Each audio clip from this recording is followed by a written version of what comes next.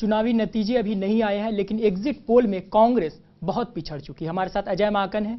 Sir, कैसे देखते हैं, एग्जिट पोल में बिल्कुल कांग्रेस का सफाया होता दिख रहा है? देखिए, एग्जिट पोल में जो आया है ये तो हमारे लिए बहुत चिंता का विषय है।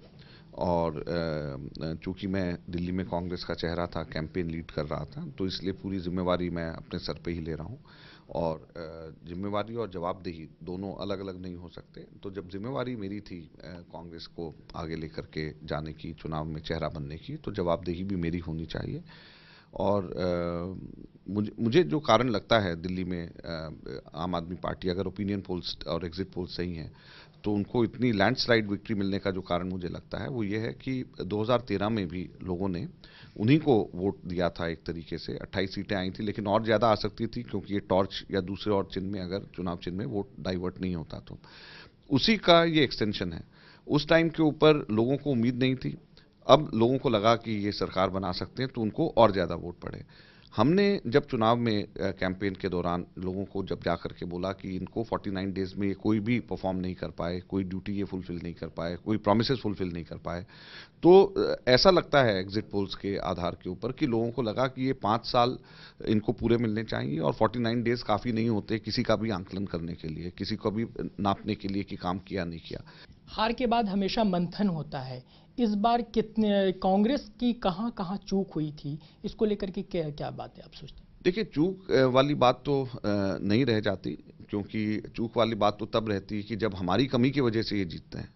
ये हमारी कमी की वजह से नहीं जीते। ये तो 2013 में जो जनता ने इनको जो चाहा, वो उसी का ही एक तरीके से और प्रोफाउंड और जोर से इनको वोट इस बार दिया, क्योंकि लोगों को लगा, अब विश्वास इस बार था कि ये शायद अपनी खुद सरकार बना सकते हैं। पिछली बार नहीं था। फिर ओपिनियन पोल्स जब कांग्रेस को बहुत पिछड़ा हुआ दिखा रहे थे, तो लोगों ने हमारे को अंत में आते आते ये भी कहना शुरू करा कि कांग्रेस को वोट देकर के हम वेस्ट क्यों करें, जब कांग्रेस सरकार ही नहीं बना रही। शुरू से ही ऐसा लग रहा था कि जो लड़ाई है वो बीजेपी और आम आदमी पार्टी में है। उसके बाद आपको कैंपेन कमेटी का इंचार्ज बनाया जाता है, कैसे देखते हैं? देखिए, हर पार्टी ये चाहती है, हर संगठन ये चाहता है कि अपना बेस्ट फुट फॉरवर्ड रखें। हर चुनाव को अगर मैं नहीं आता तो लोग मुझसे सवाल पूछते कि आप क्यों नहीं आ रहे। लोग पार्टी से सवाल पूछते कि आप अच्छे से चुनाव क्यों नहीं लड़ रहे।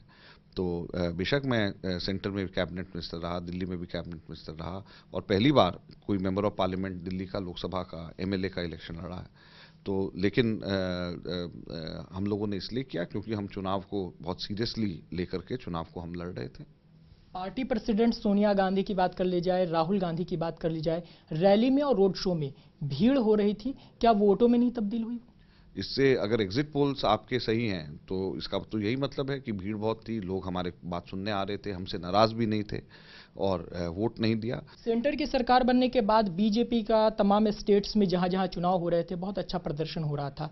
कहा जाए यहाँ पे विजय रथ कहीं ना कहीं बीजेपी का रुका है। पूरे देश की सियासत में क्या परिवर्तन आ सकता है? अब नरेंद्र मोदी अगर ये कहते हैं कि जैसा दिल्ली सोचता है पूरा देश वैसा सोचता है, या जैसे पूरा देश सोचता है दिल्ली वैसा सोचता है, तो अगर नरेंद्र मोदी ऐसा बोलते हैं तो ये तो उन्होंने ही बोला।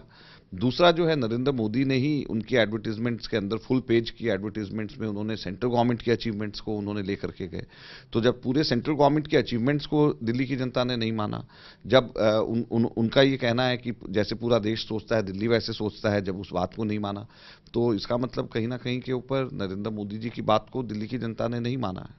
इस तरह कैंपेन कमेटी के इंचार्ज अजय माकन का साफ कहना है कि अगर दिल्ली में कांग्रेस की हार होती तो उसकी जिम्मेदारी वो खुद उठाएंगे। कैमरा पर्सन अंकित के साथ अंजरुल्लाह, मुंसिफ टीवी, दिल्ली।